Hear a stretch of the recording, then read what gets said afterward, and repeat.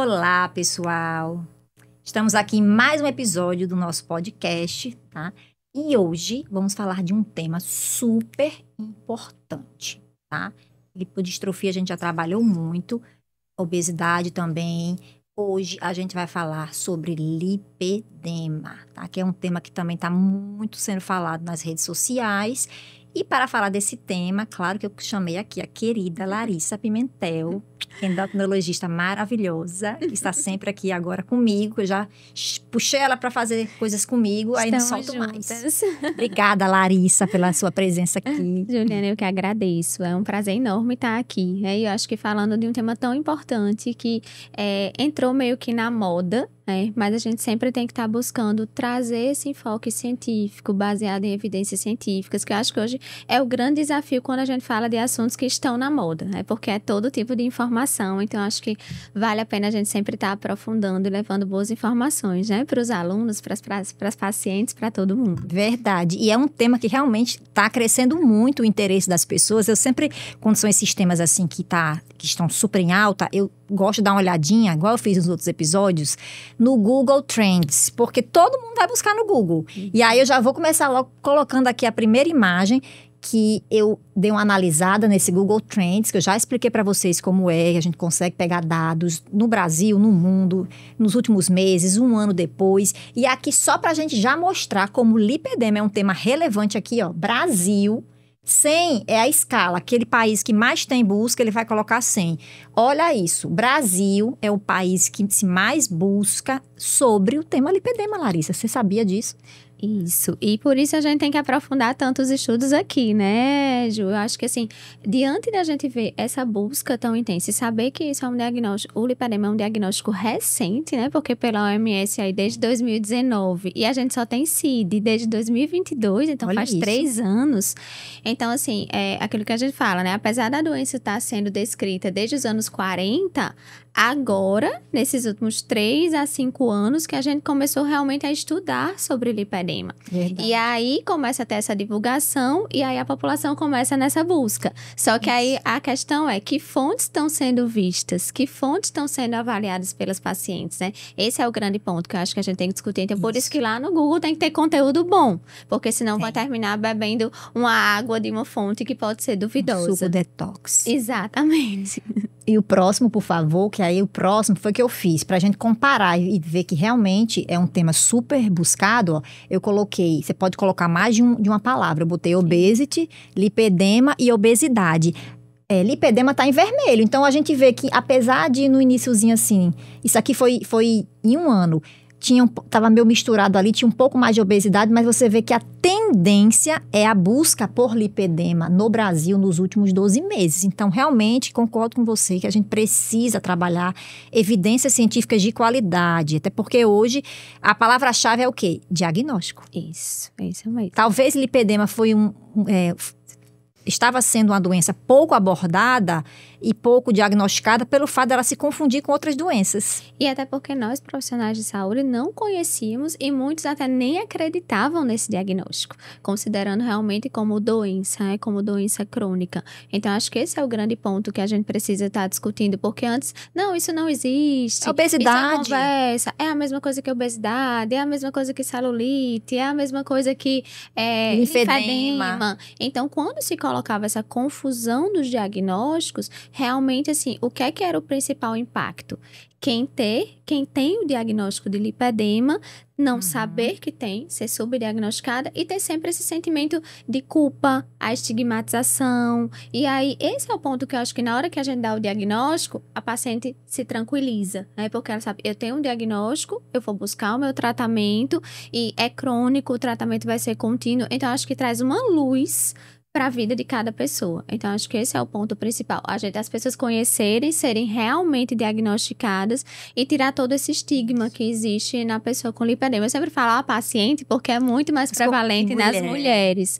Então, termina que é uma doença que fica muito restrita para a população do sexo masculino. Acho que na literatura tem 1 ou 2 casos descritos. Isso pode ter relação também com o papel do estrógeno no tecido adiposo. Totalmente. Que aí acaba que em mulheres, quando a gente sofre muitas, assim, alterações hormonais maiores, como início de puberdade, gravidez, menopausa, e aí você tem muita variação hormonal. E tecido adiposo, ele tem receptor para vários hormônios. Isso. E esse é o grande ponto, né? Porque as mulheres, elas chegam muito, quando a gente vai para a história natural da doença, mostrando o quanto esses momentos das oscilações hormonais é o momento que ocorre uma piora do lipedema. E que muitas vezes, se ele não for tratado, é como se essa piora do quadro clínico se somasse, que culmina ali quando a mulher entra na menopausa, né? Então, assim, esse é uma relação, e eu digo hoje muito que o lipedema é uma doença hormonal. Né? É uma doença hormonal, é uma doença do tecido conjuntivo, do tecido adiposo, que acomete vasos, pode acometer vasos sanguíneos, vasos linfáticos, não é restrita só ao tecido adiposo, mas a regulação dela é hormonal, por isso que esses picos de estrogênio são tão importantes. E aí entra aquela discussão, né, da diferença com a própria lipodistrofia, que parece ser doenças em espelho, né? E essa questão da influência até do tipo de receptor de estrogênio que a gente tem lá no tecido adiposo, né? Se a gente tem mais o acometimento do receptor alfa, do receptor beta, sendo um mais pró-inflamatório, né? Que é o que a gente vai discutir muito aqui hoje. Exato. Inclusive, lipedema, deixando claro, diferentemente de obesidade, lipodistrofia, que existem modelos animais para a gente estudar e tentar desvendar molecularmente o que é que está acontecendo dentro dessa célula de gordura, dentro dos vasos que estão ao redor dessas células de gordura ali no tecido adiposo subcutâneo. Então, quando a gente tem modelo animal, é tranquilo, assim, digamos, mais fácil de eu entender os mecanismos por trás da doença. Para a gente poder tratar, eu preciso ter alvos, moléculas. O que é que eu vou conseguir trabalhar no meu tratamento com medicamento específico que vai ser desenvolvido no futuro, por exemplo. Os medicamentos, eles se baseiam muito nesses estudos moleculares. Quando a gente vai para lipedema, não tem modelo animal.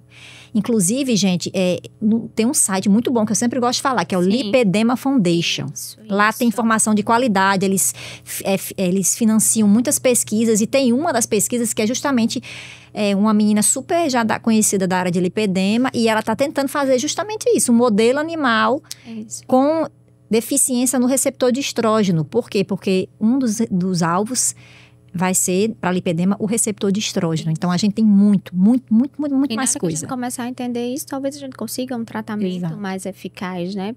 Específico para o lipedema, que é algo que a gente não tem ainda, né? Um medicamento específico para tratar lipedema. A Lipedema Foundation, né? Que é lá dos Estados Unidos, é excelente. Faz muito essa pesquisa do ponto de vista genético, né, Juliana? Que, assim, é algo que eu digo muito, assim, o lipedema é uma doença que a gente tem essa predisposição genética e que a gente vai ter esses gatilhos influenciados por essas alterações hormonais. E aí, essa predisposição genética, que aí quando a gente também conversa com os pacientes, claramente elas nos falam sobre herança familiar, né? Minha mãe tem, minha avó tem, minhas tias também têm esse padrão. E aí, na literatura, a gente tem um dado de mais ou menos em torno de 60%, né? De herança familiar, mas a gente também não tem elucidado que genes, né? Já pesquisado, é uma herança ligada ao X, é uma herança autossômica dominante, é uma herança poligênica, né?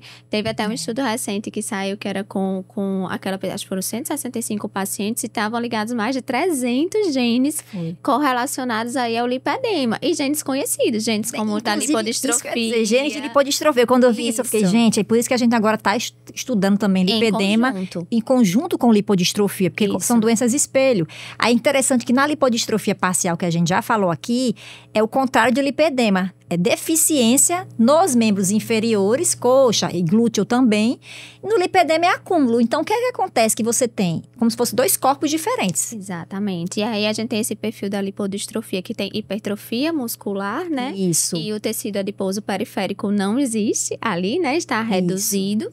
E a gente tem no lipedema o contrário. A gente tem uma paciente tendo a sarcopenia, né? E com esse acúmulo de gordura subcutânea, né? Principalmente.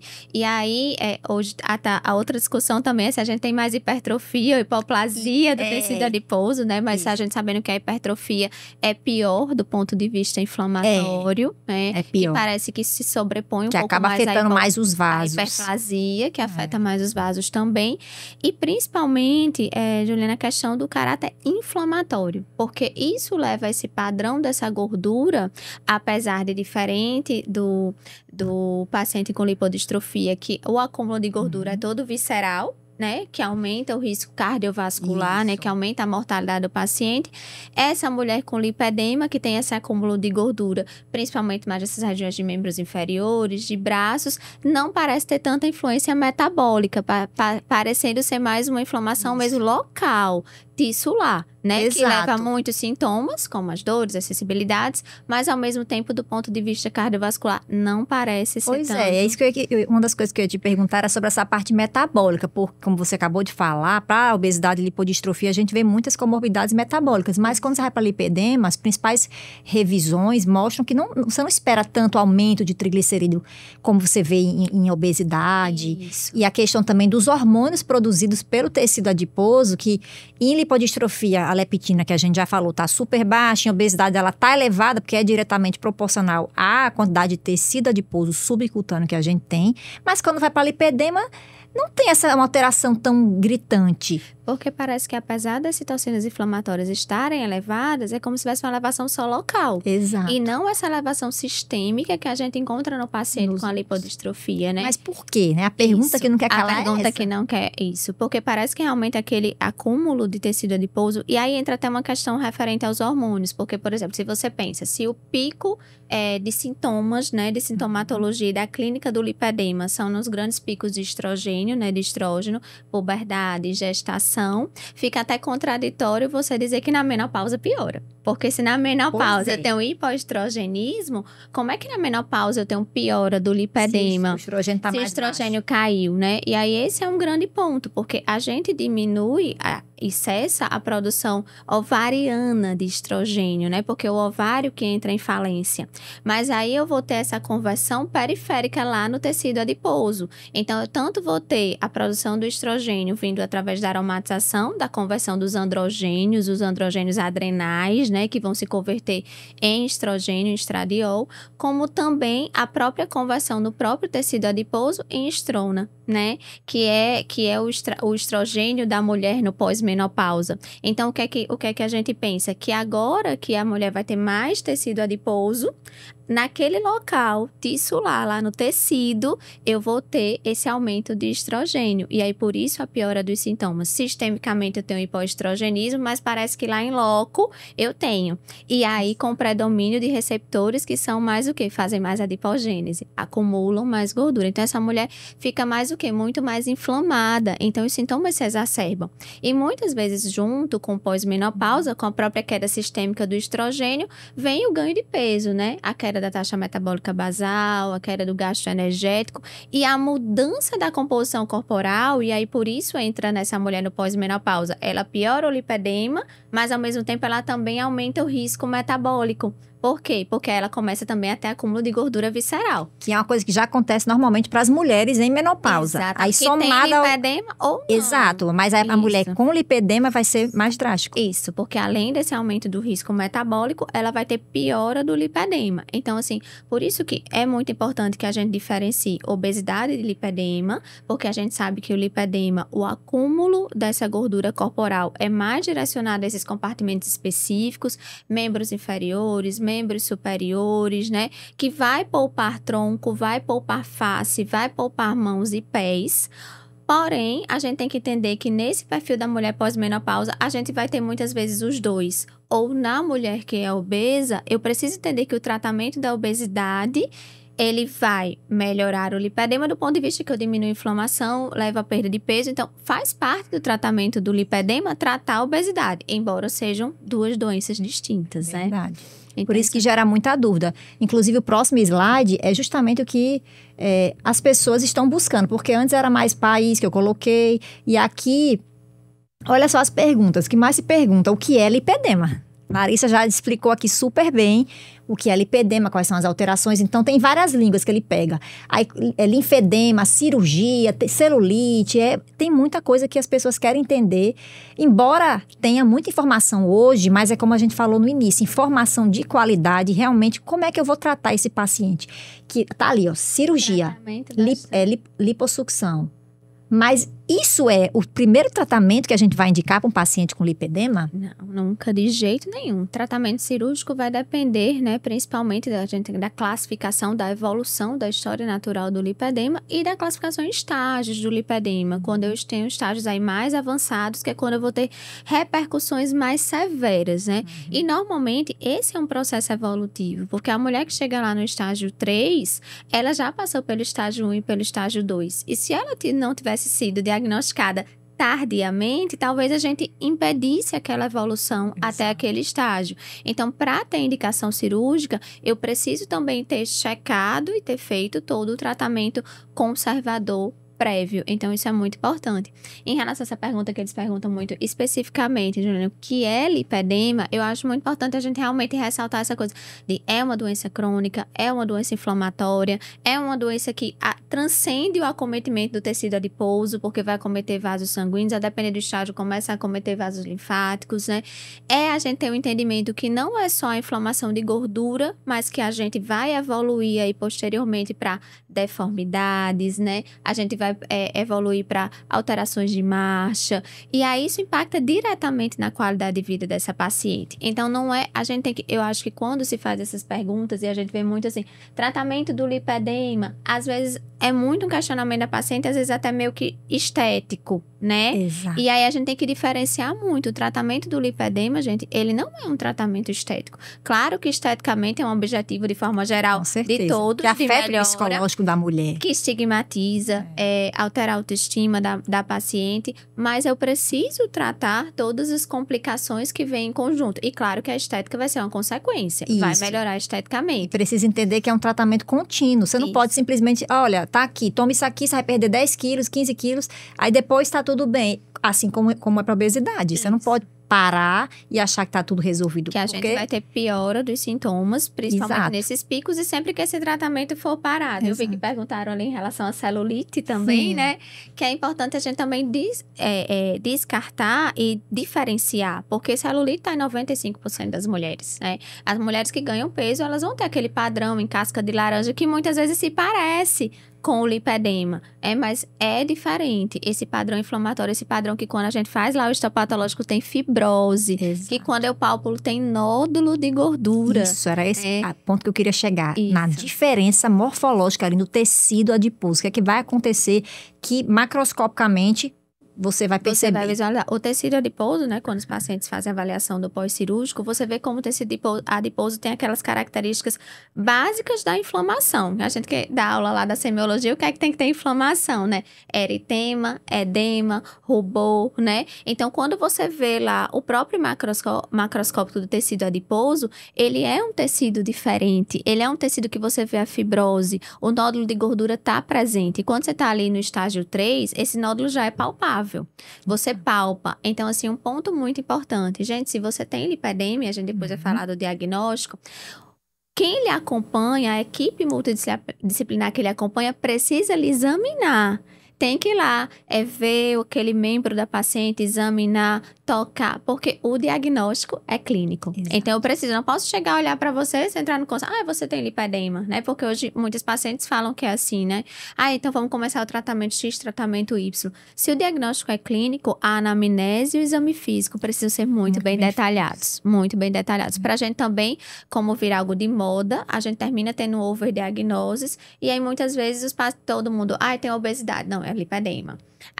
Como hoje tudo é lipedema, tudo é menopausa, eu digo muito isso, E eu acho que o mais importante é que essas mulheres, elas são vulneráveis. Isso. O mesmo acontece com quem tem lipodistrofia. Então, perfeito. A partir do momento que ela tá vendo ali, que ela tem alguma alteração, e ela já vai achando, tá parecido com Yasmin Brunet, que tava no BBB e eu vi como é que ela tava, eu tô parecida. Aí ela tem um lipedema, aí ela vai atrás de diagnóstico. Às vezes o diagnóstico não vem por vários motivos, dependendo do estágio, não está tão claro. E aí o profissional da saúde, às vezes, não vai saber diagnosticar. Isso é uma falha? Mas é porque a gente não estudou isso na graduação, a gente não viu isso, a gente está aprendendo Isso, com as pacientes. Exatamente. E às vezes nesse estágio 1 é um diagnóstico desafiante, porque às vezes aquela clínica não está tão soberana de ser um lipedema clássico, né? Que a gente vai ter lá os dados semiológicos. Primeiro, dentro da história clínica, o que é que tem que ter nesse diagnóstico de lipedema?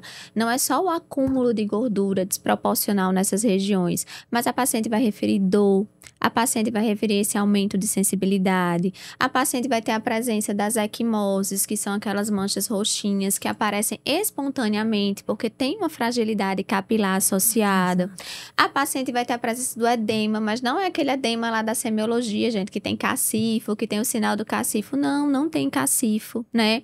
A gente vai ver sempre o padrão da gente ter aquele sinalzinho do garroteamento, que é lá no tornozelo. Então, tem edema ali, a perna toda inteirinha ali, quem acomete quadril, coxa e perna, chega no tornozelo, faz um garroteamento e poupa o pé. O pé não tem edema. Isso. Então, você vai lá fazer aquele sinal de Stammer, né? Que é o sinal do... Quando você vai ver se tem linfedema. E a gente faz a prega em quem tem lipedema, né? Quem tem os outros tipos de edema, você tem edema no pé, você não vai fazer a prega. Então, o sinal é negativo. Então, assim... Essa paciente, quando é examinada, eu junto os dados da história clínica com o que eu estou vendo e vendo e examinando, eu consigo dar o diagnóstico de lipedema. Claro que hoje a gente tem alguns outros exames que podem nos ajudar a corroborar, mas é muito importante a gente dizer que a gente não tem pontos de cortes validados para que a gente diga, e isso é um desafio muito grande. Chegou uma paciente no meu consultório, que ela veio, né, muito angustiada, já tinha passado por vários médicos e várias pessoas dizendo que ela realmente tem lipedema. Ela é uma paciente, assim, bem clássica, com aquele índice de massa corpórea normal, 23,5, né?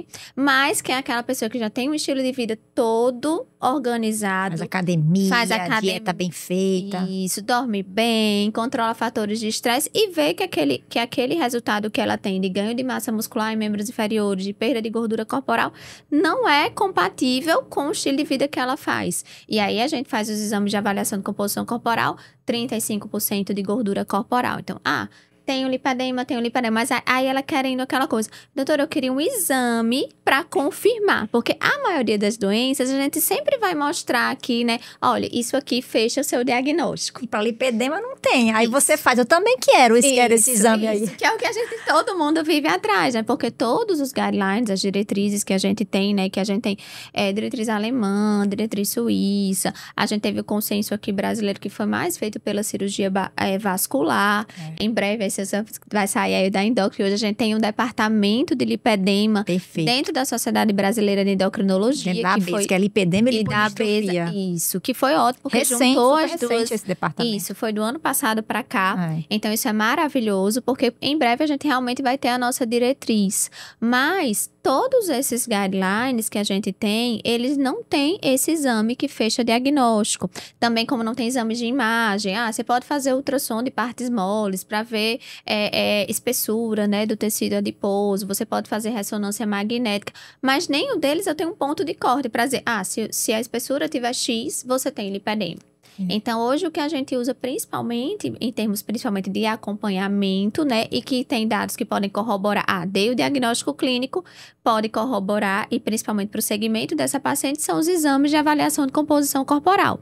Sendo a densitometria de corpo inteiro, que a gente tem mais fidedigno em relação a isso. Inclusive, para a lipodistrofia, a gente faz muito, a gente já falou isso em outros episódios, a importância do DEXA, para a gente fazer essa densitometria de corpo inteiro, para a gente ver onde é que está faltando gordura, onde é que está acumulando, e a gente fechar esse diagnóstico clínico, que é clínico também. E aí, a ideia é que a gente continue as pesquisas moleculares para que a gente tenha também marcadores e também que genes eu vou poder incluir nesse meu painel para poder saber se é lipedema ou não, um sonho. Mas esse é o nosso sonho. É pesquisando que a gente vai conseguir. Então, por isso que é importante sempre nos estudos de lipodistrofia a gente também estudar mulheres com lipedema.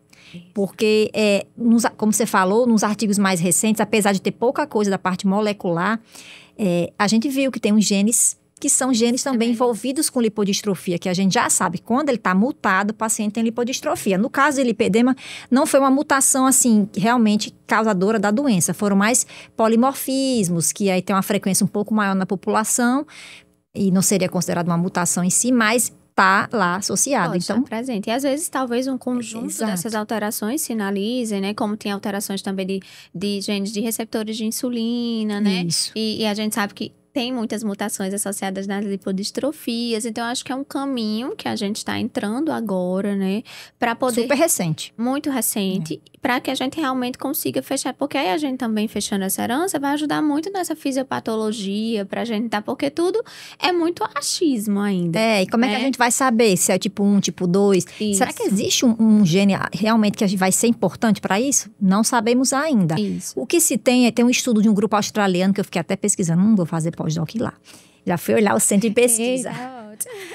Eu gostei muito desse estudo, porque é outra coisa que a gente já falou no início, é que evidência científica eu estou me baseando. Isso. Então, a gente como professor, como pesquisador, a gente tem que olhar, não, isso aqui não tá bem feito, essa metodologia não tá boa. Mas esse estudo desse grupo australiano, ele viu que tem muita proliferação da célula-tronco do tecido adiposo. Porque quando a gente fala em tecido adiposo, não é só adipócito. Tem lá outras células, inclusive as células-tronco. Tem os vasos ali do tecido adiposo, tanto os sanguíneos quanto linfáticos. E aí as células-tronco do tecido adiposo, elas estão se proliferando muito. Aí um dos genes que está responsável por isso se chama BUB1. Que é um gene que estimula muito a proliferação. Então, assim, a gente ainda não fechou os marcadores, mas BUB1... Anotem aí, vamos ver no futuro o que é que vai dar desse gene. Vai ter essa confirmação. Pois é. Só que isso foi feito na corte de lá. Isso. Mas eles fizeram esse transcriptoma para poder chegar em BUB1. Transcriptoma, eles analisam bem mais especificamente tudo que está alterado de genes naquelas células. Eles fizeram biópsia desse tecido adiposo lipedematoso. E analisaram esse transcriptoma e viram que tinha BUB1. E aí eles validaram isso. Então, é um alvo super interessante. A gente precisa fazer o mesmo nas pacientes daqui. Isso. Porque dependendo do tipo que foi incluído, a gente tem que ver qual foi o tipo. Tipo 1, tipo 2, tipo 3. A gente não tem, e tem fazer que qual é o gene mais prevalente em cada tipo. Porque Exato. A gente vê, e só para esclarecer essa diferença dos tipos, é a localização do acometimento, não é isso? Então, a gente tem aquelas mulheres que têm um acometimento mais em quadril, que seria o tipo 1, né? Quadril e coxas, que seria o tipo 2. Quadril, coxas e pernas, que seria o tipo 3. O tipo 4, braços, né? Que tá aí acometido da nossa paciente. Então, assim, é muito importante porque, assim, existe essa diferença na classificação do lipedema entre os tipos ou graus do lipedema e os estágios. Porque quando a gente fala muito em estágio, a gente está falando muito no grau de evolução, de severidade do lipedema. E aí inclui sintomas, inclui as deformidades, inclui as repercussões que eu estou tendo. Então, talvez essas heranças possam estar relacionadas a como está distribuído e também, inclusive, a prevalência de evolução para estágios, porque talvez alguma herança poligênica pode ter menos risco de evoluir. Exato, tem muita heterogeneidade. Isso. E aí eu acho que esse é o grande ponto, porque existem algumas mulheres que a gente vê que tem uma predisposição para evoluir para uma forma mais grave, tanto que nesses picos hormonais, elas mudam totalmente de estágio. E já existem outras não, que ficam ali numa coisa mais indolente, mais lenta. É até difícil diagnosticar de tão sutil que menos progressiva, que quando tem uma perda de peso, tem uma resposta muito melhor, entendeu? Então, assim, eu acho que esse é o ponto que a gente precisa discernir. E entender, Juliana, o quanto realmente essa evolução de estágios é o que realmente impacta na saúde e qualidade de vida da mulher. Então, a ponto daquela mulher, lá, muitas vezes, na senilidade, que ela tem um estágio mais avançado de lipedema, vai ser a mulher que vai ter dificuldade de locomoção. Muitas vezes vai ter que ir lá para uma cadeira de roda, porque não tem como andar, né? É a mulher que realmente vai ter repercussões mais graves, já do ponto de vista ósseo, do ponto de vista articular. Hipermobilidade. Inclusive, eu também estudo uma síndrome rara, que é Ehlers-Danlos. E tem muita sobreposição em termos dessa questão, porque em Ehlers-Danlos eles são hipermóveis, mas em lipedema também tem hipermobilidade, então existe essa interface aí também para ser explorada. Aí eu queria passar para a próxima, só para a gente comparar aqui, que a gente está falando dessa questão de evidências científicas, quando a gente vai investigar tecido adiposo, o que é que a gente observa? Tecido adiposo tem muito mais publicação. Eu coloquei uma comparação lá em cima, em julho de 2025, mais de 168 mil publicações quando a gente coloca tecido adiposo lá no NCBI, que é aquele site que eu já falei para vocês de busca. Lipedema, 619. Gente, isso dá menos de 1% quando você compara. Então, a gente está engatinhando ainda. E olha que o gráfico que essas publicações são dos últimos 4 a 5 anos, Exato. que realmente aumentou essa prevalência. Então, é algo muito recente que a gente vem estudando. Então, eu trago muito isso para a gente entender que muito do que se é propagado, principalmente em relação a tratamento, não tem evidência científica. Então, é algo que a gente não pode estar fazendo testes terapêuticos em pacientes. É isso. Então, a gente precisa ter essa evidência. Pode, mas tem que ser tudo pesquisa dentro de pesquisa, mas não dentro de uma prescrição nossa de tratamento. Mas então, a gente vê muito isso. Isso, porque aí quando a gente vê essa pesquisa, esse índice de pesquisa aumentando, isso nos assusta um pouco, porque é justamente essa informação que está chegando. De qualidade. Aí pode passar para a próxima, que vai ser justamente os tipos que Larissa estava explicando para a gente, ó, pronto, nas imagens. Perfeito, que aí aqui fica bem claro, gente. Ó. Essa é a classificação dos tipos de lipedema, onde é realmente relacionado a classificação hoje a como está tendo a distribuição desproporcional de gordura corporal. Que aí, quando ela está localizada em cada uma dessas regiões, a gente classifica, né? Hoje é mais comum, mais prevalente a gente terminar encontrar tipo 2, tipo 3, mas agora, com realmente a gente fazendo uma análise mais detalhada, o tipo 4 já está ficando um pouco mais prevalente. Era isso que eu ia te perguntar, na sua prática clínica, o que é que você encontrava mais? Mais 2 e 3. 2 e 3. Mas assim, o que é que a gente tem dado de prevalência de lipedema, né? A gente tem poucos dados de prevalência mundo, pouquíssimos. O que a gente tem um maior estudo é um estudo alemão, que foi dentro de clínicas vasculares, que deu essa prevalência em torno de 12%, né? Entre 10% e 12%, que é um dado parecido que a gente tem aqui, mas todos esses dados a gente não tem ainda realmente uma pesquisa com N populacional relevante para a gente fazer. Então, a gente acha que esses 10% que tem de dado em média é totalmente subestimado. Esse dado do lipedema. E a gente acompanha isso dentro da nossa prática clínica, com certeza. Mas aí essa é a classificação e é isso que a Juliana estava falando, em relação a talvez as heranças, né, poligênicas aí estejam relacionadas a cada subtipo. Certo? E aí lá em cima a gente tem isso que eu falei dos estágios, que são justamente o grau de severidade e evolução da doença. Então, veja aqui que a presença nesse estágio 1, né, que a gente tem mais essa alteração muito mais de textura, de pele, da presença da gordura, mas muitas vezes nesse estágio a gente ainda não palpa esses nódulos não estão presentes.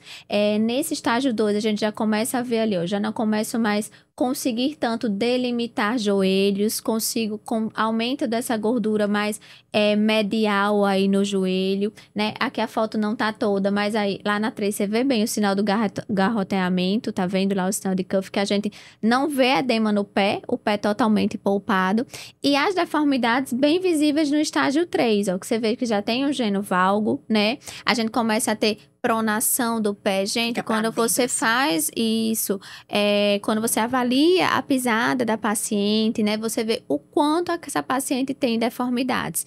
E aí, isso é fundamental no tratamento, porque quando a gente vai individualizar, o exercício tem que ser individualizado, porque eu posso causar lesão nessa mulher. Eu vou mandar essa mulher do estágio 3 fazer uma musculação, igual eu vou orientar essa paciente, o professor de educação física, a paciente do estágio 1? Não, ela não tem condições de colocar uma barra lá nas costas e fazer um agachamento.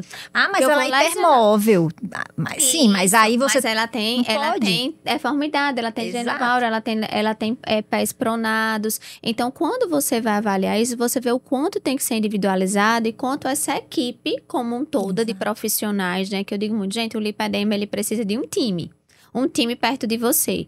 Ele precisa do endocrinologista, ele precisa da equipe da cirurgia vascular, porque o acometimento de vasos acontece, a gente pode ter insuficiência venosa, prejudicando ainda mais o retorno. Pode mais na frente, nesse estágio 3, normalmente já é comum o acometimento de vasos linfáticos. Então, essa paciente do estágio 3, ela também já pode ter linfedema associado, né? Lembrar que a gente não tinha citado ainda, mas o linfedema é um diagnóstico diferencial. Todo mundo lembra lá, né, na faculdade que o linfedema, ele, na verdade, se diferencia do lipedema, porque ele, na maioria das vezes, ele é assimétrico, não é isso? Ele tem caráter de causas, pode ser primário, porque pode ser até congênito, mas é mais comum as causas secundárias a infecções bacterianas, né? Como a Wuchereria bancroft aí na elefantíase. Secundária a tratamentos oncológicos, como, por exemplo, eu faço lá a retirada de linfonodos e fico ali com linfedema naquela região, mas ele é diferente do lipedema. Só que quando eu chego nesse estágio 3, mês, eu já posso ter comprometimento, né, da minha drenagem linfática. E aí eu já começo a ter mais uma complicação aí. E esse paciente também com esse acometimento e fragilidade capilar é muito comum que tenha exacerbação das varizes, que tenha muitas telangiectasias. Às vezes a perna lá da paciente tem um rendilhado mesmo, cheio de telangiectasias. Aqueles vasozinhos ficam bem evidentes. Bem evidentes. E as varizes precisam muito ser tratadas nesse perfil de paciente. Então, é uma paciente que até a prescrição de meias compressivas precisa ser específica, né? São meias específicas para linfedema. Por quê? Porque a meia é tradicional, né? E depois você vai ter aí mais um com a cirurgia vascular, né? Para discutir melhor isso. Ela garroteia e aí ela prejudica esse retorno venoso. Então, você usou essa que eu sei, viu? Isso, eu tenho a meia errada na minha viagem. Gente, estou com a meia errada. Isso, porque eu também tenho lipedema, gente. E por isso também me busquei muito estudar isso. Porque assim, quando eu comecei a pensar sobre isso, que ainda nem tinha oficialmente esse CID, porque o meu perfil específico, eu sempre fui um perfil de um MC mais magro, sim, mas sempre com um percentual muito alto de gordura. E apesar de tentar melhorar esse estilo de vida, eu não conseguia ter essa resposta do ponto de vista de perda de gordura corporal. E essa coisa mesmo de, às vezes os pacientes chegam muito, eu vou pra academia, eu já chego com a roupa de ginástica toda marcada, porque tem edema, tem muita dor. Às vezes vai fazer realmente a própria drenagem linfática, a paciente tem muita dor. E às vezes a paciente que tem esse aumento de gordura corporal, existe um grande hábito de fazer aquelas massagens modeladoras, né? E essas massagens modeladoras, para quem já tem um padrão inflamado, é péssimo, ela fica cheia de equimose. Ou seja, até o esteticista vai ter que entender de lipedema. Paciente tem lipedema, às vezes a pessoa não tem um diagnóstico ainda, mas para chegar nesse estágio aí, mais avançado... Isso. Visivelmente já dá pra ver. E você vai, por exemplo, para um treino. Você tá com inflamação crônica muito grande. Às vezes, se você estiver treinando ali numa zona 3, no seu VO2 máximo o tempo todo, ou você tiver o tempo todo só progredindo carga, às vezes você tá inflamando mais. Exato. Então, eu não tenho resultado com aquela paciente. Então, o educador físico tem que saber que a paciente tem lipedema, tem que saber trabalhar com essas deformidades associadas, trabalhar numa situação de conforto, que ela possa progredir, mas que eu não esteja piorando essa inflamação da paciente, exato, né? Então, assim, esses são os grandes desafios, né, do tratamento também do lipedema. E eu ia até te perguntar, já pegando o gancho com o episódio que a gente fez da parte nutricional de lipodistrofia, embora a gente vá trabalhar isso depois para lipedema, mas como você tocou na palavra inflamação, e aí a gente falou disso também, que em lipodistrofia e obesidade os pacientes têm um certo grau de inflamação crônica ali, aí eu fico perguntando para você, se o paciente chegar para você querendo suplementar, quais suplementos você indicaria e quais você não indicaria para essa paciente com base nos seus conhecimentos? Sim. Juliane, primeira coisa, antes de suplementar, a gente tem que ajustar a alimentação. Porque exato, o ideal é que toda a suplementação, todo o aporte nutricional de cada pessoa, não só o paciente com lipedema, mas o paciente da obesidade ou as pessoas em geral, é que tudo possa vir dos nutrientes da dieta, ponto. Não existe essa receita de bolo de suplemento para lipedema, porque alguém abriu uma rede social e vai ter 3 suplementos que toda mulher com lipedema tem que usar. Então, ela já chega no consultório. Eu tenho que usar ômega, eu tenho que usar resveratrol. Ou mulher 40 a mais. A moda é mulher 40 a mais. Isso, mulher 40 a mais. Seu metabolismo está no chão. Aí começa, tome isso. Aí você fica, gente, vou morrer. Isso. E você fica assim, só eu não tomo? Você se sente assim, fora totalmente do padrão de todo mundo, porque se só eu não tomo, eu não estou tendo resultado por causa disso. E muitas vezes a gente vai lá para dentro da rotina alimentar de cada um, e principalmente nós mulheres, a gente tende muito a, primeiro, ter uma baixa ingestão de proteínas. Então isso é muito comum na mulher, e é da nossa dieta brasileira e do Nordeste principalmente, uma dieta rica em carboidratos. Carboidratos muitas vezes simples, né? Hoje, na nossa ótica multitarefas, e todo mundo não tem tempo, muitas vezes nem sequer para fazer as refeições, um grande consumo de ultraprocessados. Mais prático, peguei ali, desembalei, comi. Isso.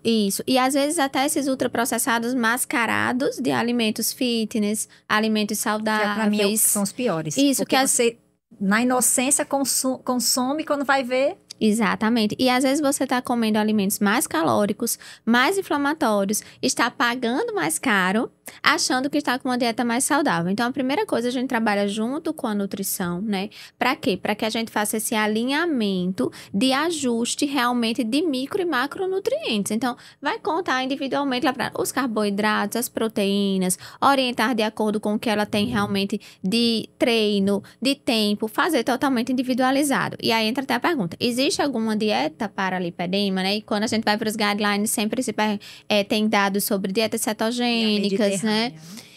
E a dieta do Mediterrâneo é a dieta que mais realmente mostra, porque é a dieta mais anti-inflamatória. E essa é uma dieta para qualquer pessoa, não é para lipedema. Isso. E é a dieta que diminui o risco cardiovascular, Exato. que diminui a incidência de diabetes. É a dieta para o paciente que quer perder peso, da obesidade. Então, assim, essa é a dieta que a gente chama de balanceada, porque na dieta do Mediterrâneo, o que é que a gente tem? Consumos de boas gorduras, né? Consumos de proteína, consumos de pouco alimentos ultraprocessados. Então, esse é nosso objetivo. Então, esse ajuste vai ser feito. E aí, aquilo que essa paciente não conseguir ser administrado através da dieta, é que a gente vai suplementar. Se certo? for o caso. Se for necessário. Entendeu? Então, às vezes, assim, tem pacientes que realmente, inclusive eu, acho que você também, eu não consigo fazer minha cota de proteína. Então, às vezes, eu preciso fazer uso de whey. Né, de um whey protein. E aí a gente vai procurar aquele whey que seja menos ultraprocessado, né? Aquele whey que ela tenha melhor digestibilidade, a gente vai ajustar isso.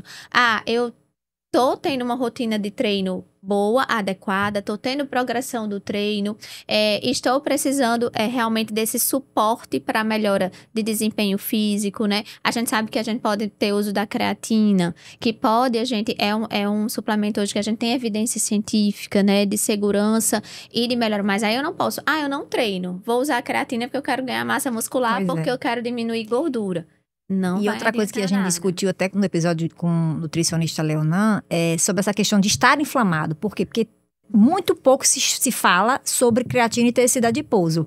Mas é exatamente a área que eu estudo. Se fala muito de creatina para músculo. E os estudos mostram que pessoas com obesidade, não é bom você estar usufruindo de determinados suplementos. Isso aqui eu estou falando, não é o estudo. Sim, o estudo mostrou o quê? O estudo mostrou que mais inflamada a pessoa obesa está, menos expressão do transportador da creatina vai acontecer. Aí menos creatina é colocada para dentro da célula. Logo, eu deveria suplementar? Se na obesidade, na lipodistrofia é o mesmo raciocínio e no lipedema a mulher está muito inflamada, será que não é melhor resolver primeiro esse problema que já é difícil? Que a gente vê que é difícil, aí está suplementando a creatina, porque para músculo não tem estudos mostrando dessa questão do transportador da creatina se está diminuído também. Isso foi para tecido adiposo, que é o alvo. Que é o alvo da nossa terapeuta. A gente está aqui isoladamente olhando para o tecido adiposo. Então, assim, por isso que eu digo, não existe essa receita para todos, né? Exato. E muitas vezes, durante o processo de evolução, é que a gente vai incluindo a suplementação. Eu já desinflamei essa paciente, já melhorei a rotina. Aí vai entrar esse outro suplemento, entendeu? Por isso que não pode cair nessa modinha, gente. Porque todo mundo fica, tome creatina. A creatina é para todos e é todo dia. Eu gosto de falar sobre isso, porque é uma coisa que me incomoda muito. E nesses últimos meses, teve vários influenciadores aí que realmente são bons, pesquisadores bons. Sim. Tem o Léo, tem o Igor, tem a Mari, que faz muita coisa interessante.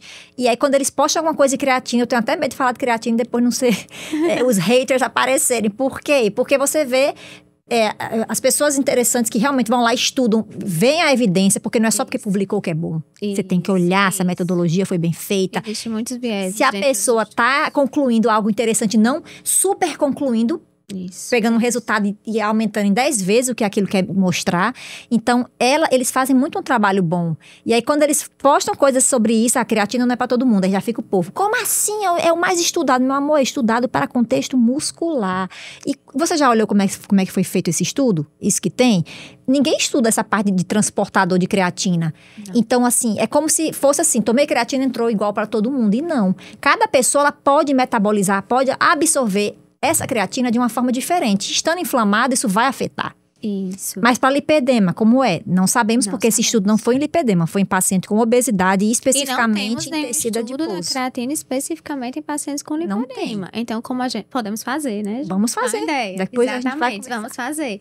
Então, assim, mas a gente não tem esse dado. Então, o que é que a gente sempre está? Extrapolando dados de outra população. Então, a gente precisa ter cuidado. E outra coisa sobre o suplemento, que além do excesso de uso, eu trago também sobre a qualidade do suplemento que você está usando. Será que que é verdadeiro? Isso, porque às vezes todo mundo usa creatina, aí vai lá e compra a creatina da promoção. Falsificada. Isso. E mesmo a gente sabe que a gente preconiza as micronizadas, as que passaram lá no teste tem o selinho do Creapure, mas mesmo assim a gente não tem como garantir a eficácia Ela tá pura, mas você não tá podendo processar direito aquela creatina. A eficácia a gente não tem como garantir. E aí eu também trago outros suplementos que às vezes eu vejo muito nessas redes sociais que, isso aqui é anti-inflamatório, sei lá, tome shot de cúrcuma. Isso quer dizer cúrcuma. Né? Shot de cúrcuma, usa cúrcuma em cápsula. Tá na moda também. Né? O resveratrol, o ômega 3. Gente, a gente não tem esses dados, né, como evidência científica, nem de dose, né? A gente sabe que normalmente nas cápsulas existem subdoses, né? A gente sabe que a gente não tem nenhuma dose de ômega 3, inclusive, nem que seja a dose que reduz risco cardiovascular, né, disponível aqui no nosso país. Esses shots é uma quantidade mínima, realmente a gente nem tem o caráter inflamatório. Eu trago muito que às vezes também até esse combo de suplementos, a gente corre outros riscos. A gente hoje tem pacientes que fazem lesão hepática, né, lesão renal. Então a gente precisa ter muito cuidado e principalmente da autossuplementação. Porque hoje existe muito isso, né? Minha amiga toma, eu vi na internet, eu também vou usar porque foi bom para alguém. Então, esse bom para alguém pode não ser bom para mim, e principalmente num contexto de inflamação. O que eu quero trazer muito é isso, que o contexto de inflamação, a suplementação pode até piorar essa inflamação. Exatamente. E dificultar, inclusive, com que você tenha essa melhora. Então, assim, a gente preconiza, vamos ajustar a alimentação. Quando você ajusta, a gente vai ver o que, se ainda está faltando alguma coisa. Isso. E aí que a gente suplementa. O nome suplemento, ele não vem do nada. É para realmente fazer uma complementação ao que vem faltando para você. E a ideia que se passa hoje em dia é que, coloquei pra dentro, tá ok. Mas muitas vezes o que você já produz dentro de você, porque creatina a gente produz todo dia e adquire da dieta. Isso. As vitaminas tem algumas que a gente precisa de sol, como a D, mas a gente tá lá produzindo. Então, eu não sei nem se as que eu estou produzindo, se elas vão ser absorvidas corretamente, aí eu vou colocar mais, quer dizer, eu vou só acumular algo dentro de mim que não vai ter efeito, mas é o efeito placebo. Tomei porque a blogueira está tomando. Tô ótima. Então tem que... E às vezes, Juliane, essa paciente quando inicia o tratamento, que está excessivamente inflamada, a gente não sabe nem que contexto intestinal está essa paciente. Essa paciente muitas vezes tem uma desbiose intestinal. Exato. Essa microbiota dessa paciente é totalmente alterada, principalmente se for uma paciente obesa, né? Que a gente sabe... Com certeza vai estar, porque microbiota e tecido adiposo... estão andando juntos. A gente sabe que muitas vezes essa paciente pode ter um SIBO, um supercrescimento bacteriano, que aí não faz muito sentido, às vezes, eu estar fazendo essa suplementação porque elas nem sequer vão ser absorvidas. Então, às vezes, eu tenho que ajustar essa parte para depois. Então, por isso que eu digo assim, é um processo, existe cada passo, existe também o que é possível para cada paciente ir fazendo naquele momento. E o mais importante, que eu falo muito com minhas pacientes, é a gente alinhar expectativas com realidade. Porque, às vezes, realmente, a gente tem um quadro inflamatório, tem um quadro de lipedema, tem uma obesidade associada, né? Tem outras comorbidades associadas. E aí, às vezes, a gente tem que ir tratando cada ponto, né? E com isso a gente tendo essa melhora sistêmica, essa melhora como um todo, né? E tratando também comorbidades que podem estar associadas e podem ter ou não a ver com lipedema, como uma resistência insulínica, um diabetes, uma hipercolesterolemia, uma dislipidemia, que não está muito comum estar associado com esse aumento do tecido subcutâneo, mas se eu tiver em sobreposição obesidade com lipedema, pode estar associado. Exato. Que aí, às vezes, no início do tratamento, essa sobreposição pode ser comum, né? Nesse perfil de paciente. Perfeito. Vamos passar para a próxima. Tem uma imagenzinha que é justamente mostrando como fica o tecido adiposo de um paciente com lipedema. E esse artigo aqui é do grupo que eu falei, na Austrália. Sim. Esse foi 2022. Eu gostei muito desse artigo. E aí embaixo tem paciente que não tem lipedema, em cima que tem. Eles deram um aumentozinho ali, dá pra ver, os nódulos. E olha a gordura inflamada, né? Olha todos os pontos, os critérios de inflamação, né? É uma gordura eritematosa, com a presença dos nódulos, que tem claramente inflamação. Então, por isso a dor. Não tem como essa paciente não ter dor, ela se queixa muito de dor. E é aquela dor e o edema que muitas vezes eu chego lá em casa, subo meus pés no final do dia, a paciente não melhora esse edema, não melhora o inchaço, não melhora a inflamação. para melhorar essa inflamação é um processo. E aí, a depender do grau, claro, que existam esses nódulos ou do estágio, entra a necessidade muitas vezes do auxílio cirúrgico. Porque aí realmente, quando a gente tem um grau de inflamação muito grave e um estágio muito avançado, mesmo que você ajuste tudo isso, a gente não tem uma melhora desse paciente do ponto de vista realmente funcional. Outra coisa que eu estava me lembrando quando eu vi essas imagens, também estudando lá no site da Lipedema Foundation, eu vi que outra coisa que a gente não fala ainda sobre lipedema, a gente sempre foca no tecido adiposo branco subcutâneo.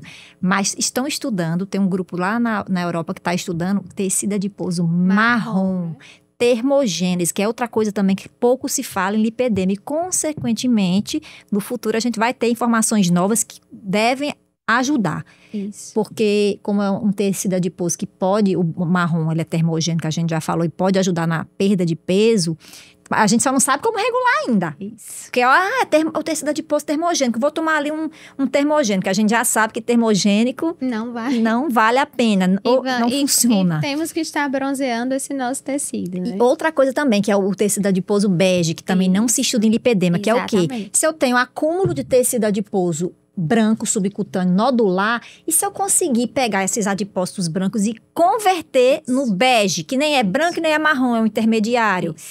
Isso até para obesidade se fala muito, só que a gente também não sabe ainda como fazer isso. A gente não tem uma droga específica para isso. Isso seria um dos princípios para o tratamento, porque se a gente conseguisse, excelente. Temos que estudar, Larissa. Temos que estudar, porque isso aí seria algo que realmente até cronicamente, né, resolveria aí parte do quadro inflamatório, porque ele não vai liberar as mesmas citocinas inflamatórias desse tecido Exato, branco. Perfeito. Vamos para a próxima? Essa daí. E essa é bem importante, gente, para a gente ver essa evolução dos estágios do lipedema. E aí a gente vê realmente, por exemplo, quando eu chego lá naquele estágio 3, gente, essa paciente aqui do estágio 3, eu não tenho como fazer só um tratamento conservador. Essa é a paciente realmente específica do tratamento cirúrgico, porque veja a quantidade de deformidades que a gente tem por esse acúmulo de gordura. É muito comum as pacientes, quando tem esse estágio de lipedema, Juliana, a partir de um 2 mais avançado para um 3, quando a gente pede para elas se posicionarem em pé, no meu consultório tem uma escadinha que elas sobem, que é em frente a um espelho. Você já vê que a postura do ficar, né, em posição ali ortostática em pé já é com essa abertura. Elas não conseguem mais ficar. E não só as que têm esse excesso de acúmulo de gordura, mas é uma forma já de você ter o ajuste dessa base, desse equilíbrio, com esse pé pronado, com essa pisada totalmente já alterado. E quando a gente pede para fazer a marcha, totalmente alterado. Entendeu? E aí, essa paciente é uma paciente que, claro, ela precisa de uma perda de peso, ela precisa do tratamento conservador, mas ela também precisa do tratamento cirúrgico. Mas aí, quando eu consigo andar aqui em estágios mais leves, essa paciente aqui é uma paciente que eu consigo melhorar muito esse padrão, né? Esse padrão. Elas, nesse estágio 1, muitas vezes o que mais incomodam as pacientes é meio que a textura da pele. Porque o que mais incomoda, às vezes, elas não são tão sintomáticas, porque às vezes não tem nódulos palpáveis. A dor acontece mais nos períodos mais inflamatórios. Isso, ou umas equimoses, né? Mas esteticamente, ela se incomoda muito. Muito mesmo, né? E aí, claro... Ela tá uma saia. Aí se sente confortável. E assim, a gente mora numa cidade, né, gente, que a gente usa muitas roupas que muitas vezes mostram parte da perna. Quando chega naquele período ali de janeiro, fevereiro, que é o nosso famoso veraneio. Então, essas pacientes ficam muito incomodadas, porque essa paciente aqui, a gente não vê toda, mas não sei se é uma paciente magra do ponto de vista de ter um IMC normal, né? Mas a gente vê o quanto realmente a gente tem aí esse aumento da gordura aí na região do joelho, que a gente não consegue definir, esse padrão de casca de laranja, né? E aí, às vezes, alinhar também ao tratamento conservador. Existem alguns tratamentos que a gente também não tem um estudo e evidência científica, mas alguns tratamentos em termos de tecnologias que podem abrandar um pouco essa textura de pele. Mas a gente não tem ainda nada específico que trabalhe na gordura. Que aí isso é algo que tem que ser muito estudado ainda, entendeu, Juliana? Porque assim, que tecnologia a gente tem que usar para diminuir essa inflamação dessa gordura? E como não tem, surgem metodologias... Aí esse é o ponto que a gente tem que falar. Porque são metodologias não comprovadas. E às vezes ficam vendendo promessas, né? De assim, use máquina X, eu faça protocolo, sei lá, de 30 dias. Não, só que tem umas 4 pós-graduações que aparecem no meu Instagram. Gente, menos de 1% do conhecimento de tecido adiposo é lipedema, 600 e poucos artigos. Como é que eu tenho uma pós-graduação se você for fazer a triagem disso aí? Não vai dar uma informação fidedigna. Consigo, assim, entender isso. Isso. E aí, a gente não existe. E assim, eu trago muito que é doença crônica, porque eu não vou resolver em protocolos de 30 dias. Em protocolos, faça um mês de X coisas que vai resolver, entendeu? Então, é muito importante a gente trazer isso, porque realmente, como você disse, nós, mulheres, que estamos nesse momento do lipedema, e muitas vezes ela está nessa transição, né? É depois da gestação, é quando entra na menopausa. O que é que acontece? A vulnerabilidade é muito maior. Então, nós somos vítimas, muitas vezes. E a mulher chega, às vezes, frustrada com certos tratamentos que fizeram. Eu fiz, não melhorou nada. Eu fiz e voltou tudo de novo. Mas é porque se você realmente não explica que aquele tratamento tem que ser crônico, que a gente não tem nenhum medicamento que seja feito e que vai resolver, que não tem nenhum suplemento que vai resolver, que não tem nenhuma máquina específica que vai, vamos lá, matar esse tecido adiposo, ele nunca mais vai entrar em apoptose e nunca mais vai porque ele voltar. Desregulado. Ele vai continuar desregulado. A gente tem que entender, são esses mecanismos moleculares para eu saber que medicamento eu vou desenvolver para fazer com que BUB1, que está super expresso, reduzir a expressão desse gene e tentar controlar essa expansão desse adipócito, porque a célula-tronco vai estar gerando mais adipócito. Isso. Como é que eu vou controlar essa atuação do estrogênio nesse tecido adiposo, fazendo com que a gente realmente haja esse processo inflamatório associado? Como é que eu vou aumentar o meu receptor, que é mais benéfico do que o receptor de estrogênio, que causa mais adipogênese? Não vai ser com aquele suco detox, não. E não tem como a gente fazer isso ainda, mas a gente precisa estar estudando. Exato. Então, assim, se a gente for pensar, então vocês estão dizendo aí, então, que não adianta nada, porque às vezes parece isso, né? Por isso que muitas vezes o outro colega que está defendendo N tratamentos, aí ganha. Os pacientes vão tudo para lá. Isso. Porque você tá dizendo que não tem nada ainda fechado. Isso. E aí não é isso. Quando a gente faz um tratamento conservador, há melhora, há resposta. As pacientes que fazem tratamento cirúrgico, eu também trago o tratamento cirúrgico, gente, que é algo que, assim, é muito delicado, porque pouquíssimos profissionais têm expertise, pouquíssimos profissionais têm casuística realmente para ter segurança para fazer. Porque não é fazer uma lipoaspiração qualquer de perna que vai resolver. E o acompanhamento, e o pós. E fora isso, é um tratamento específico cirúrgico que também é crônico, porque não vai tirar esse tecido, essa inflamação que a gente mostrou lá na foto e não vai se resolve, curar, né? Não tem cura. A gente tem que trazer obesidade, não tem cura, lipedema, não tem cura. E a gente precisa entender que esse é um processo crônico e que o tratamento sempre vai ser um conjunto de fatores. Não vai ser um comportamento X ou um medicamento Y. Até a gente elucidar tudo isso e, de repente, lá na frente, a gente realmente tem um tratamento específico. Mas eu acho que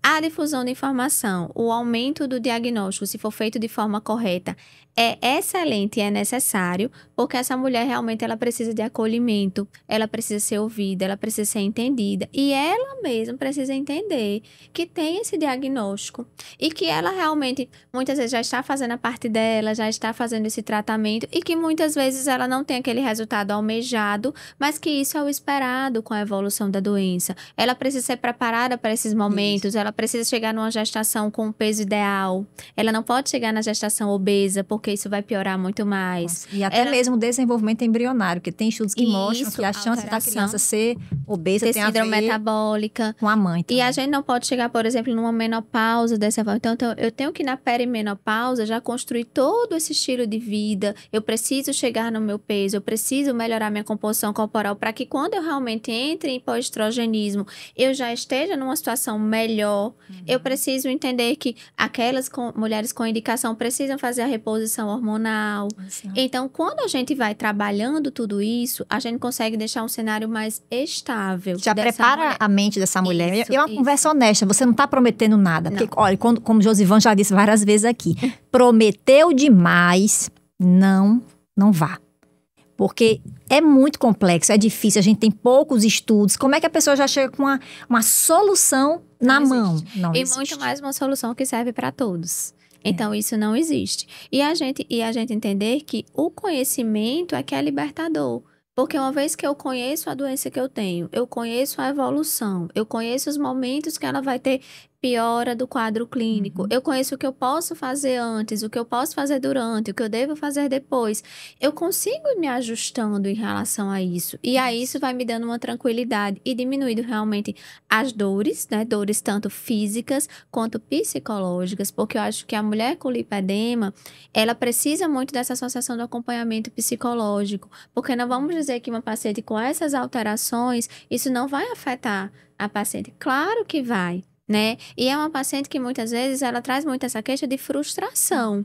E que na hora que você traz o diagnóstico, Juliana, ela se sente aliviada. Ela faz, doutora, tô aliviada, porque agora eu sei que eu tenho lipedema, eu sei que isso aqui não é culpa minha, eu sei que piorou porque eu tive 2 gestações. Então, isso traz um conforto. E aí ela consegue pegar a energia que ela estava gastando na frustração para justamente buscar esse tratamento de uma forma mais eficaz. Mas, claro, sem essas promessas enganosas, né, de cura, de resolução num tempo curto, que isso não vai existir. Então, acho que esse é o principal ponto que a gente tem que deixar claro aqui. Isso. E que eu acho que existe todo um time na ciência buscando, né, esses estudos, realmente buscando aprofundar cientificamente para que a gente possa ter algo realmente, vamos dizer, substancialmente sólido para a gente poder tratar o lipedema. Talvez, se a gente pensa que há 4 anos a gente nem falava sobre isso, ou que há 3 anos atrás nem sequer era considerado uma doença pelo nosso CID. Já evoluímos. Eu acho que a gente consideravelmente. Evoluiu muito. E a gente tem que entender que a ciência hoje evolui numa escala progressiva muito maior do que há 50, 100 anos atrás. A gente vê pela nova era do tratamento da obesidade. Tanto é que desde 1940 já tinha a publicação de lipedema, mas olha, quer dizer, 2022, que foi o CID. Ou seja, demorou muito. Isso.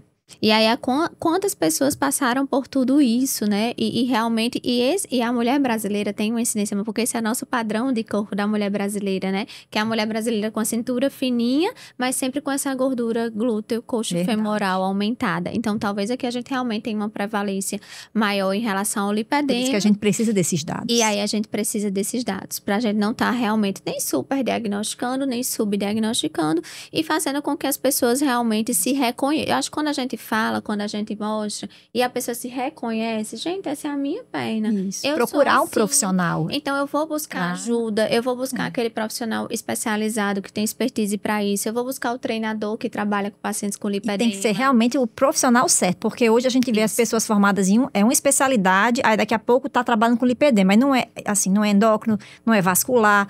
Quando você vai ver uma especialidade que não combina, assim, com aquilo que se propõe nas redes sociais. Então, acho que o principal ponto é esse, é vocês saberem identificar os profissionais. E o que a gente conversou aqui foi muito importante. Então, sempre seguir pessoas que estão pensando na sua melhoria da qualidade de vida, mas de uma forma digna, correta, honesta. E não querendo te vender coisas milagrosas, porque a gente já viu nesse podcast aqui que não vai servir. Eu digo muito que a saúde é a prioridade. Eu digo, gente, a beleza vem de dentro para fora. A gente muitas vezes quer até buscar realmente pela estética, porque tá muito incomodado, mas quando você tem saúde, tudo fica bem. Sua pele fica boa, seu cabelo fica bom, você mentalmente está bem, porque quando a gente trabalha todos esses pilares que envolvem nossa saúde, a gente consegue estabilizar. O que é doença crônica, a gente vai tratando de forma crônica, mas acho que quando a gente trata com empatia, com escuta, com acolhimento e baseado na ciência, a gente consegue os maiores resultados. Verdade. Então, eu fico muito feliz de estar aqui. Agradeço a você. Ótimo. E principalmente por você ter esse objetivo de levar esse conteúdo com ciência. A gente fica muito feliz, porque realmente a gente vê muita coisa espalhada e que não tem esse compromisso que eu sei que você tem, que além de ser muito estudiosa, referência pra gente, inspiração, você também busca trazer isso de forma leve, porque realmente a gente, claro, ficar aqui só dando dados científicos não vai chegar ao público como um todo, mas quando a gente fala e traz isso com certa leveza, as pessoas realmente conseguem aprender mais e gostar mais. Muito obrigada. Vamos trabalhar, que tem muita coisa pra gente fazer, tá, gente? Muito obrigada por estarem aqui conosco. Não esqueçam de compartilhar, comentar, se tiver dúvidas, pode colocar lá que a gente tá sempre respondendo vocês, tá bom? E até o próximo episódio. Tchau, tchau.